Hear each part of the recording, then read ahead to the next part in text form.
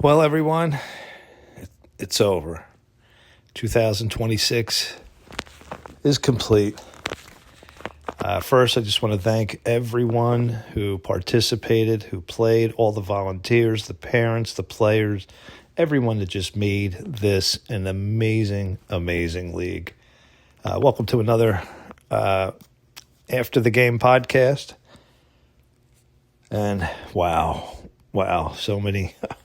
I don't think we're going to nearly cover everything in one podcast. So this is just going to be a quick summary of, it's actually 11 o'clock at night, Saturday night, championship Saturday, finished about 7 hours ago. Wow, where do we start? Just every year, it's just amazing. So last year, complete opposite. Last year, we had upsets galore.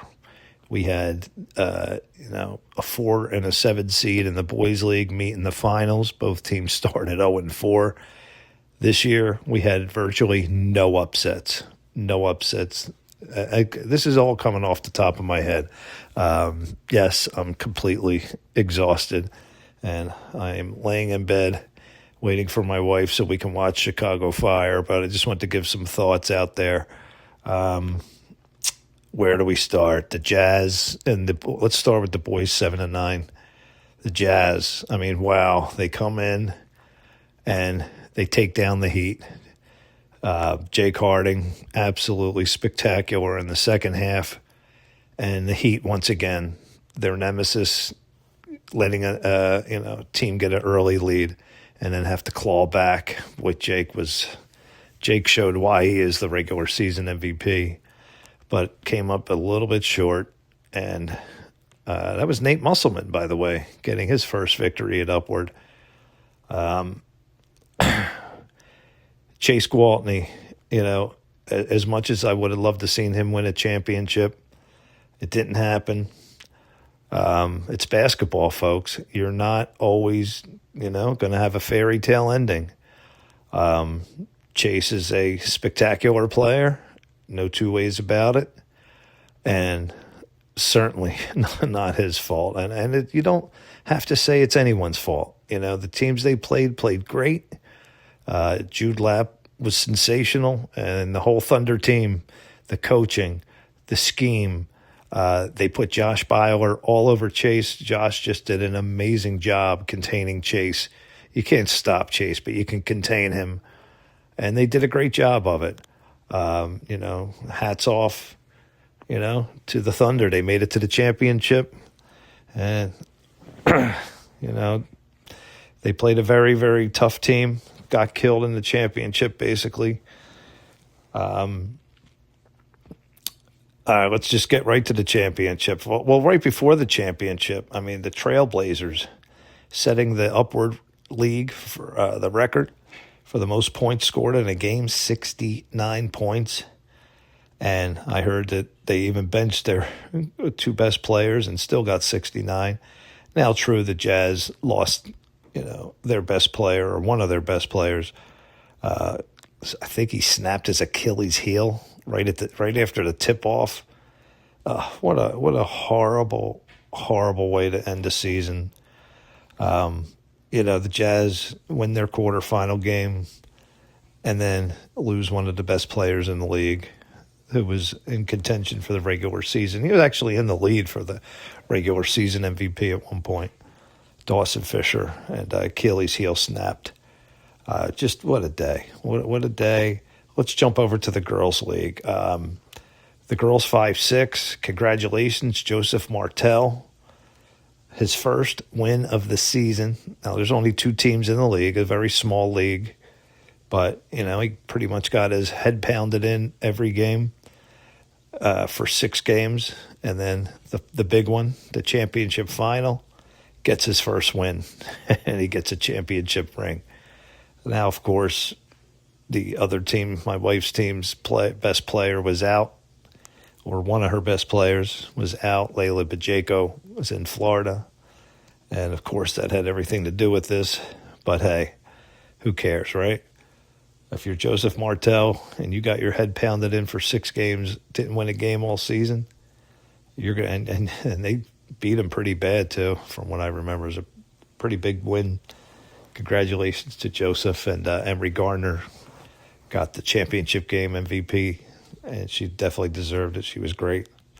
But no, all the Lady Tigers played fantastic. Boy, Alice Martell, she's got some wheels on her. But yeah, here I did make a mistake. I thought Lacey Yoder was 6th grade coming into the 7th grade next year. No, not the case. 5th grader. Wow.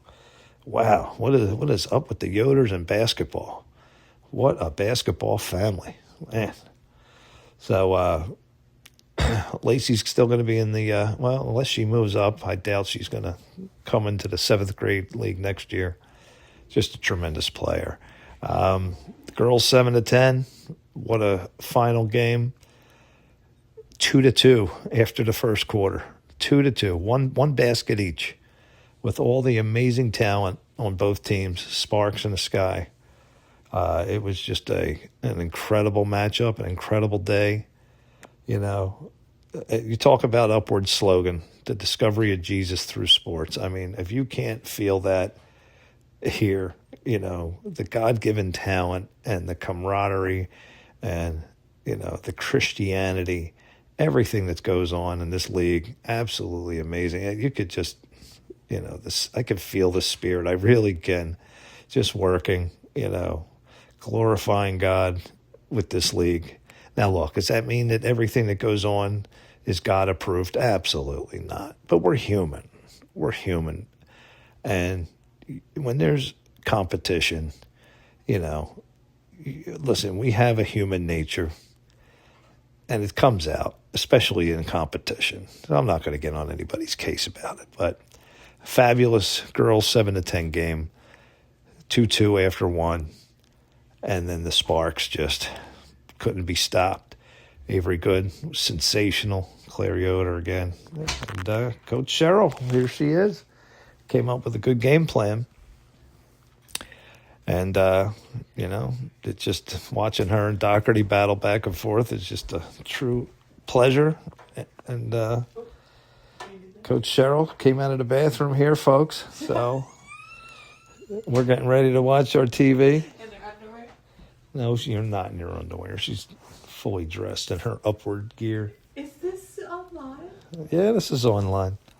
So, hey, we got to provide some entertainment for the people. So, you know what? I never had a guest on. I'm going to have my very first podcast guest, Coach Cheryl. Jeff. Coach Cheryl, everybody wants to hear your thoughts today. Can you give us a summary? I'm tired too. I'm going on 2 hours sleep. But I just talked about reading. Coach Cheryl, come on, give your fans. There are a lot of Coach Cheryl fans. Who's a Coach Cheryl fan? If you're a Coach Cheryl fan, go in the comments right now. You know, Coach Cheryl, I don't think she realizes that she's becoming an icon. All right. Now, the beginning of her career, she was atrocious, got her head pounded in by Doherty. 1 win. What'd you have? 1 win in 2 seasons. Doherty's Lady Tigers, Doherty's Bearcats just pounded the Cheryl Russell's Wolfpack and Cardinals into the ground. But guess what that did? That motivated her. And I'm really proud of you. I am proud of the coach that you've become. You know, at one time, you know, she took such a beating, but you learn from those beatings. And she studies. I see her in there studying plays and everything and doing her research and putting it in her time. She builds a great camaraderie, a rapport with the players. There's players that come up to her who really, really wanted to play for her, crying, hugging her. I mean, that's a coach. That is a coach. And to me, that's why I wish this was a keeper league. If I could write it my way, it would be a keeper league as long as the parent or the player and the coach both want to stay together. Then you could stay. I want the team names to stay the same. And you know why? Because you build a rapport. Now, if you knew that you were going to keep the same exact Sparks as long as they wanted to stay and you wanted them to stay, you could work on that team all summer, go outside, practice, do devotions. all through the summer and knowing that you're going to have those players. And it just builds a fantastic league when that happens. And if you don't want a player and they don't want to play for you, go into the draft pool and somebody else can draft them. That's the way, but I know it's not happening. But we're slowly getting there. So this is the second year the Sparks have been in existence. And second year that she kept a lot of the players from before. Avery Good was a Spark last year. So you can see what it builds and how you create a strong league. But that's another story for another time. Let's get back. Championship Saturday. If I had to rate this to all the other championship Saturdays, this one's different. Last year you had upsets. You had so many unexpected wins. This one, no upsets. Everybody who was supposed to win won. Everybody. If you were the higher seed, you won. The only kind of upset was Chase Gwaltney getting upset by Jude Lapp. A 2 lost to a 3. I mean, that's, not that big of an upset. But it was an upset. That was the only one. Every other favorite, every other higher seed won their game. Unless I'm missing one, and I don't think I am.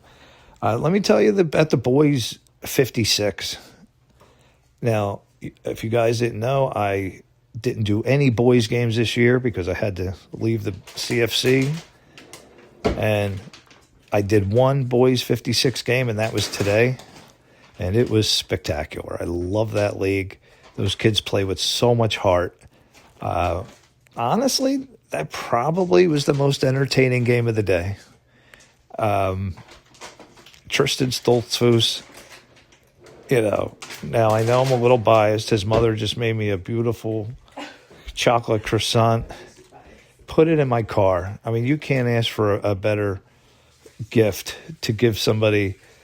She put a big, beautiful chocolate croissant, sour bread pastry on my van seat. I left the door open so she could put it there, and that's the only thing I ate the entire day. I ate nothing else. But her son, Tristan, I don't know what happened to him. Yes, he was good last year. I saw some of his games. He went from good to spectacular. I mean, really spectacular. He is clearly, and many coaches said, he is clearly the MVP, which he won the regular season. Unfortunately, they did lose. They lost. Give credit. The boys championship game MVP went to Kasim Knox. And you could have easily given it to Tyke Lapp. He was just as great as Kasim. Kasim just hit unbelievable shots down the stretch, and that's why I gave it to him. He barely nudged out Tyke Lapp. But what a team. And Kyle Chapin, congratulations after having a major surgery. Didn't even know if he was going to play. As we're firing up the TV here, folks, to watch Chicago Fire. Is that what we're going to? So, congratulations to the Shockers and Kyle Chapin. Just a great, fantastic championship Saturday. And there were no upsets, so you still can have a great league. Folks, I just want to thank everyone out there for all the compliments I get. And every one of them I take to heart. I love hearing about the people that are watching online that would never get to see these games or their loved ones playing. So thank you. And we'll do some more podcasts, folks. I just wanted to give you something to gnaw on until the next podcast. So we still got a lot more to cover, a lot more. We're going to go into each game in depth in the next upcoming weeks. I just need some time to rest right now. So thank you, everybody, for listening, and look forward to the next podcast.